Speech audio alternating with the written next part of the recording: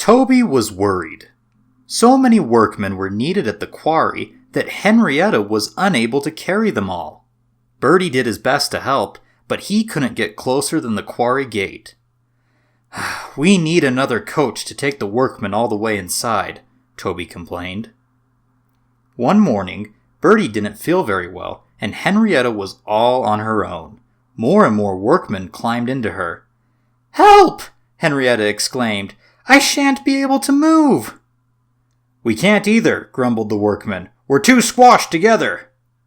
Henrietta had a balcony at each end, and soon even these were packed. She was fuller than ever before. Toby had a hard time starting. "Come on!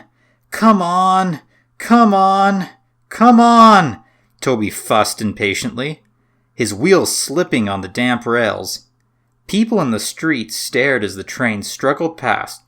Toby rang his bell cheerfully, but Henrietta wasn't so happy. Suddenly, a car came out of a side street in front of them. Toby's driver put on the brakes at once. The train stopped quickly, and some of the workmen were pushed against the railing of Henrietta's front balcony. It bent, but luckily it didn't break. A policeman passing on a bicycle stopped and made a note on his notepad. "Oh dear," Henrietta said to herself. "That means trouble, I think."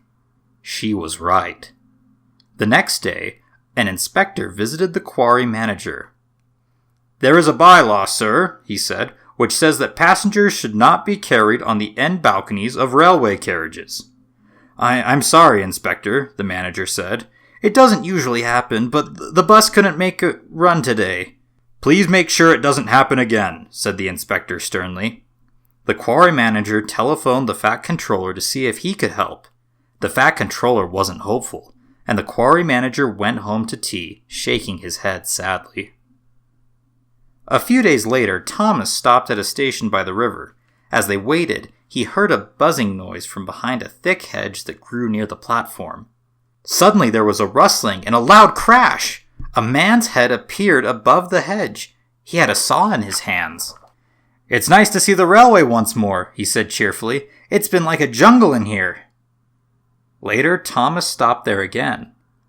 "Hello," said a shaky voice. Thomas was puzzled, but his driver had heard it too. He looked over the hedge and saw a very old, very broken down railway coach. "What's your name?" asked the driver.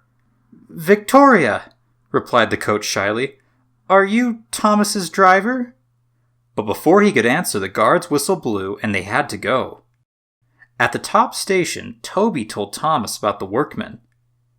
"I really need another coach," he said sadly. "But we've just found one," said Thomas excitedly. "She's in an orchard near the river, and she's old and lonely." "She's got no wheels and her roof leaks," interrupted Thomas's driver. "Don't even think about it." But Thomas did think about it, and asked the fat controller. The fat controller listened, made some arrangements, and then telephoned the quarry manager. "Good morning, Toby and Henrietta," the manager greeted them the next day. "It's going to be all right," he went on. "The fat controller says don't worry about another coach because he has something up his sleeve."